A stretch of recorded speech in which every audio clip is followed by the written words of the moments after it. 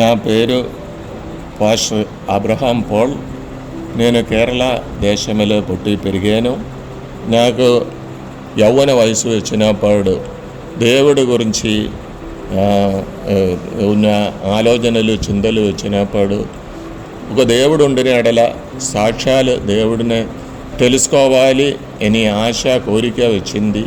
నేను కూడా క్రైస్తవ పారంపర్యములు పుట్టి పెరిగాను. ఆ పారంపర్యములు నేను ట్రెడిషన్లు నేను బ్రతికాను. అంచుమించు 16 సంవత్సరాలు వయసు వచ్చినప్పుడు నేను వెళ్ళిన సిరియన్ ఆర్థడాక్స్ చర్చ్, ఆ చర్చ్ నుండి నేను బయటికి వచ్చాను. కారణము ఆ చర్చిలు విగ్రహారాధన సంబంధించిన కార్యాలు నేను చూసి అది వాక్యానుసారంగా తప్పని తెలుసుకొని బయటికి వచ్చాను. అప్పటి నుండి సరి అయిన ఆరాధన, సరి అయిన విశ్వాసం, సరి అయిన ఉపదేశం ఏంటి అని వెతకటం ప్రారంభించాను. అలాగే పెంతెకోస్తు విశ్వాసము తెలుసుకోవడానికి బైబిల్ చదివి బైబిల్లో ఉన్న ఆత్మీయ సత్యములు మొదటిగా తెలుసుకోవడానికి కృప చూపించాను దేవుడు. అలాగే నేను అక్కడ ఉన్న ఒక పెంతెకోస్తు సంఘానికి వెళ్ళి నాకు బాప్టిజం కావాలని పాస్టర్ గారితో మాట్లాడినప్పుడు పాస్టర్ గారు కొన్ని ప్రశ్నలు నాతో అడిగాడు. ఆ ప్రశ్నలన్నిటికీ సరి అయిన సమాధానం చెప్పినప్పుడు 2 వారాల లోపు నాకు పాస్టర్ గారు బాప్టిజం ఇచ్చాను. అప్పటి నుండి కేరళలో పెంతెకోస్తు సంఘానికి సభ్యులుగా నా ఆత్మీయ జీవితము నేను ప్రారంభించాను.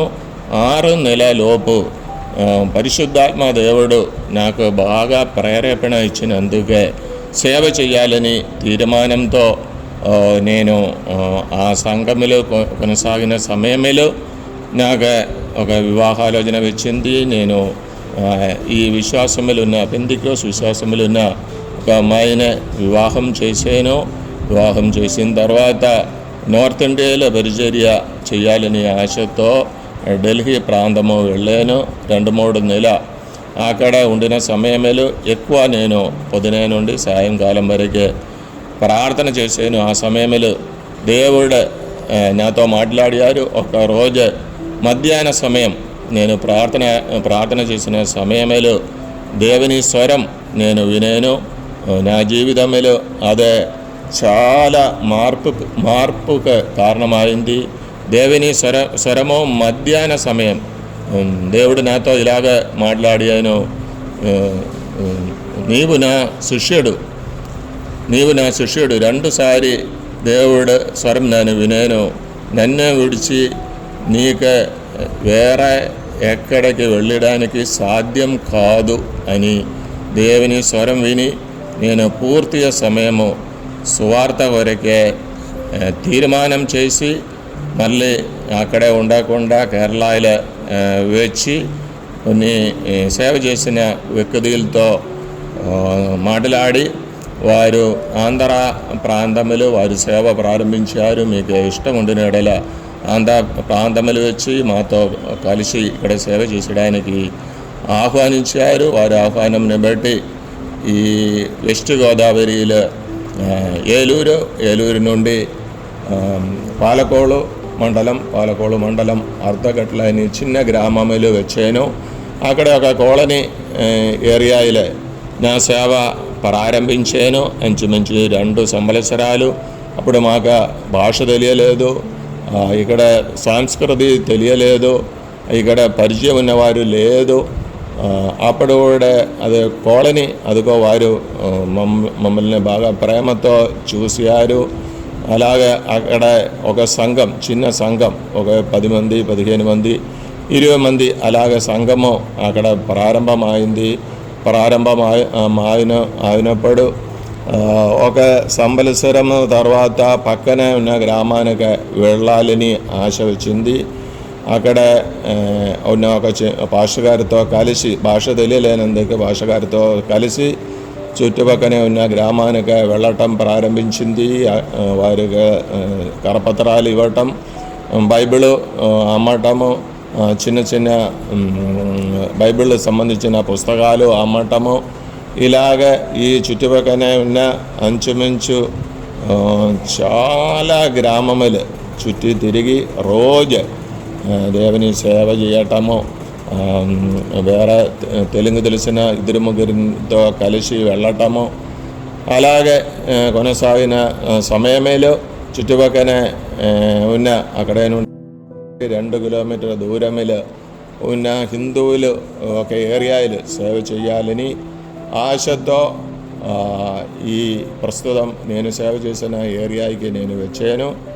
ఇక్కడ వచ్చి సేవ ప్రారంభించినప్పుడు హిందువుల నుండి కొంతమంది మంచి రెస్పాన్స్ ఇచ్చారు. అలాగే ఈ ప్రాంతంలో ఒక ఇంటిలో ఉండి ఆ ఇంటి వరాందేలు సేవ ప్రారంభించాను. అప్పుడు కూడా భాష పెద్దగా తెలియలేదు.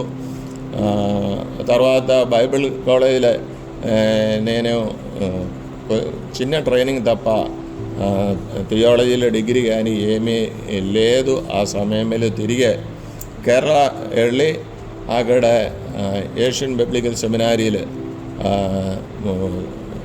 చదివి BTH చదివి తిరిగే ఈ దేశానికి 4 సంవత్సరాలు తర్వాత వచ్చి నేను ఫస్ట్ ప్రారంభించిన ఈ సేవ సభలో నేను కొనసాగటము ప్రారంభించాను. సేవ ప్రారంభంలో చాలా అద్భుతాలు చేసడానికి దేవుడే కృప చూపించారు. ఆ అద్భుతాల వలన అన్యజనులు ఆకర్షింపబడి సంఘానికి వచ్చారు. కొన్ని రోగిలు ప్రత్యేకాలు చెప్పడానికి కొన్ని రోగిల విషయాలు ఉంది. ఫస్ట్ మా ఊరి నుండి ఒక 8 కిలోమీటర్ల దూరం నుండి ఒక సిస్టర్ గారు మా దగ్గర వచ్చారు. శరీరం మొత్తము ఒక రకమైన త్వక్కు రోగంతో బాధపడి వచ్చారు. అన్ని శరీరము మొత్తము పుండు, బాగా స్మెల్ వచ్చి భర్త ఇంటి నుండి బయటికి వెళ్ళిపోమని పంపించినట్లుగా చెప్పారు. మేము ప్రార్థన చేశాము. 3 రోజులే మాతో కూడా ఉండియారు. ప్రార్థన చేసి నూనెచ్చి పంపించాం. 1 నెల తర్వాత ఆ సహోదరి దగ్గరికి వెళ్ళి చూసినప్పుడు మొత్తము స్వస్థత పొందారు. అక్కడే కూడా ఇప్పుడు అంచుమించు 20 మంది అక్కడే నుండి కూడా ఈ సంఘానికి వస్తున్నారు. అలాగ ఒక అద్భుతము మొదటిగా ఇక్కడ జరిగింది. తర్వాత క్యాన్సర్ రోగంతో బాధపడిన ఒక తల్లిగారు హైదరాబాదులో క్యాన్సర్ ఇన్స్టిట్యూట్లో అమెరికన్ క్యాన్సర్ ఇన్స్టిట్యూట్లో ట్రీట్మెంట్ చేసిన తల్లిగారు చాలా బలహీనల అయినప్పుడు ఇంటి వారు అందరూ మంచంలో బయటికి పెట్టారు. వారికి పరిచయం ఒకరు భాషగారిని పిలిచి ప్రార్థన చేయించండి అని చెప్పారు. ఇక్కడ వచ్చా నాకు కవర్ పంపించారు. నేను వెళ్ళాను, ప్రార్థన చేశాను. కొంచెం బాగుందో చెప్పి వారు బయటికి పెట్టిన మంచం లోపలే పెట్టి మళ్ళీ రోజు నుండి నేను వెళ్ళి ప్రార్థన చేయటం. అలాగే అంచుమించు 3 నెల రోజు వెళ్ళటం, ప్రార్థన చేయటము. 3 నెలల తర్వాత తల్లిగారు బాగా స్వస్థత పొందారు. 6 నెలల కంటే బ్రతుకదని డాక్టర్స్ చెప్పిన తల్లిగారు అంచుమించు 18 సంవత్సరాలు బ్రతికారు.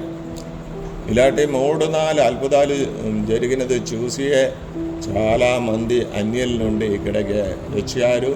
వేరే ఒక సంభవము, వేరే ఒక తల్లిగారు తులసిమ్మ అని పేరున్న ఒక తల్లిగారు రాజమండ్రిలో పెద్ద ఆసుపత్రి నుండి బ్రెయిన్ డెడ్ అయి ఇంటికి పంపించారు. ఇంటికి వచ్చినప్పుడు వారు కబురు పంపించారు. నేను వెళ్ళినప్పుడు వారు నాతో చెప్పారు, పాస్టర్ గారు మా తల్లిగారి పరిస్థితి ఇలాగుంది. డాక్టర్ గారు చెప్పారు బ్రెయిన్ డెడ్ అయినప్పుడు కూడా 6 నెలల నుండి 2 సంవత్సరాలు వరకే ఇలాగే మంచంలో ఉండవచ్చు అని చెప్పారు.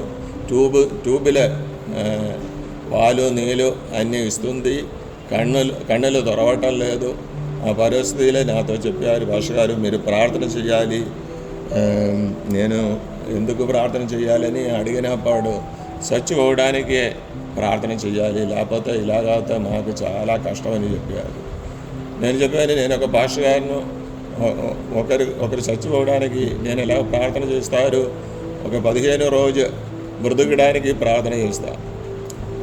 అస్సలు మార్పు లేనే ఎడల మీరు చెప్పినట్లు నేను చేస్తామని చెప్పి ప్రార్థన ప్రారంభించాను. ఇప్పుడే కన్ను తెరచి చూసారు. మళ్ళీ 2 వారం ప్రార్థన చేసినప్పుడు ట్యూబ్ అన్నీ తీసేసారు. 3 నెలల తర్వాత ఈ సంఘంలో ప్రార్థనకి రావటం ప్రారంభించాను. రాజమండ్రిలో పెద్ద హాస్పిటల్ వారు తీసుకెళ్ళండి చెప్పి పంపించిన ఒక తల్లిగారి విషయమే నేను ఇలా చెప్పాను. ఇలాగే ఈ సంఘంలో చాలా అద్భుతాలు నేను కన్నుల ద్వారా చూశాను. చాలామంది ఇక్కడ వచ్చిన వారిలో ఒక 5, 6 ఇక్కడ వచ్చడానికి కారణం వారి నుండి దెయ్యశక్తినే నేను వెళ్ళగొట్టినది.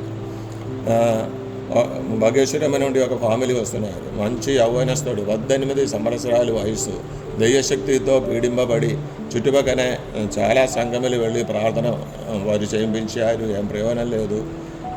ఫస్ట్ ఇక్కడ వచ్చి స్వస్థత పొందిన ఆ సిస్టర్ గారు చెప్పారు, మా పాస్టర్ గారిని పిలిచి ప్రార్థన చేయండి. నేను వెళ్ళి ప్రార్థన చేసినప్పుడు ఆ దెయ్యశక్తులు కేకలు వేసి అబ్బాయి నుండి వెళ్ళిపోయింది. 6 నెలల లోపలే అబ్బాయి విదేశ రాజ్యం వెళ్ళింది. అక్కడ పని దొరికింది. ఫస్ట్ జీతం 20,000 నాకే పంపించింది. అలాగే జీవితంలో ఉన్న అద్భుతాలు చెప్పడానికి కుదరదు. ఇప్పుడు భాగ్యేశ్వరం ఇక్కడే నుండి 8 కిలోమీటర్ ఉంది. అక్కడే నుండి అంచుమించు 20 మంది ఈ 2-3 అద్భుతాలు వలన ఇక్కడికి వస్తున్నారు. అలాగే వేరే ఒక సహోదరి, అది కూడా దైవశక్తితో చాలా బాధపడి పాలకోళ ఆసుపత్రిలో 3-4 రోజుల ఐసీయూలో ఉన్న సమయంలో వారు నాకు కబరు పంపించారు. ఇలాగే మా వాళ్ళ పరిస్థితి ఇలా ఉంది. నేను చెప్పాను, నేను ఆసుపత్రులు వచ్చి ఇలాంటి కేసు కొంచెం ప్రార్థన చేసడానికి కుదరదు, మీరే మా సంఘానికి దేశం వచ్చిన ఇలా ప్రార్థన చేస్తామని చెప్పారు. వారు డాక్టర్ గారితో అడిగి ఒక శుక్రవారం ఆటో మీద భర్తయు తమ్ముడు వారిద్దరు కలిసి ఇక్కడ తీసుకొచ్చారు. వారు మోసుకొని వచ్చారు, సంఘంలో పడుకోబెట్టారు. శుక్రవారం ఉపవాస ప్రార్థన చేసిన సమయంలో వారు బాగుపడి లేచి కూర్చున్నారు. 3-4 రోజు నుండి ఏమి ఆహారం తినలేని ఆ సహోదరి మాకు ఇక్కడ మధ్యాహ్నము ఏర్పాటు చేసిన ఆ భోజనము 2 ప్లేట్ అన్నము పూర్తిగా వేళ తిని నడిచి ఆటో మీద వెళ్ళిపోయారు. ఇలాంటి ఎన్నెన్నో అద్భుతాలు ఇప్పుడు నాకు జ్ఞాపకం ఇచ్చిన అద్భుతాలు మాత్రం నేను చెప్పాడు. నాతో మాట్లాడారు. ఆ స్వరం విని సంపూర్ణ నీవు నా శిష్యుడు నీ 2 సారి ఆ స్వరం వినేను. నన్నే విడిచి మీకు ఎక్కడికి వెళ్ళడానికి సాధ్యం కాదని చెప్పినప్పుడు మళ్ళీ ఎక్కడికి ఫస్ట్ నేను ఎదుర్కొన్న విషయాలు చెప్తాను. ఫస్ట్ విషయం భాషే. ఫస్టులు వచ్చిన వారు అందరితో జస్ట్ చేతులు జోడించి ప్రార్థన అని మాత్రం చెప్పేవాడిని. కారణము 2వ మాట చెప్పడానికి తెలియదు. ప్రార్థన మలయాళంలో ప్రార్థనే. అన్య భాష తెలియలేని ప్రాంతానికి వెళ్ళిన వారితో నాకు చెప్పడానికి ఉన్న ఒక సలహా, భాష దేవుని సేవలు ఒక విషయమే కాదు. నేను చెప్పిన అద్భుతాలన్నిటికంటే పెద్ద అద్భుతం అది. భాష తెలియలేని వాడి దగ్గర చాలా సంవత్సరాలు వేరే భాష తెలిసిన వారు పక్కనే సంఘం ఉన్నప్పుడు అక్కడికి వెళ్ళకుండా మా దగ్గరికి వచ్చి మా సంఘంలో కురుచుకున్నాను. కట్టుబట్టలు 500 రూపాయలు. తమ్ముడు నేను ఇలాగ ఆంధ్రాకి వెళ్ళిపోతున్నానని చెప్పినప్పుడు, నీ వెళ్ళిపోతే బాగుంది, మా అపమానం నిన్న పోతే వెళ్ళిపోండి చెప్పి 300 రూపాయలు అడిగాను. 500 రూపాయలు ఇచ్చాను. అద్భుతాలు చూడకూడదు, అద్భుతాలు వెనకనే వెళ్ళకూడదు, ప్రవచనం వెనకనే వెళ్ళకూడదు. వాక్యములే నిలబడాలి.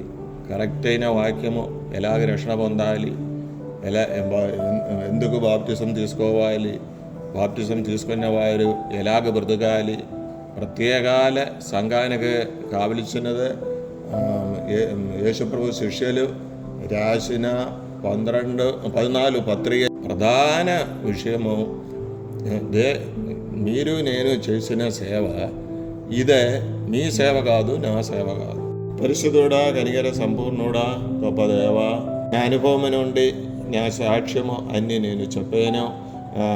దేవుడు నాతో క్లియర్గా స్పష్టంగా మాట్లాడిన విషయాలు నేను చెప్పాను.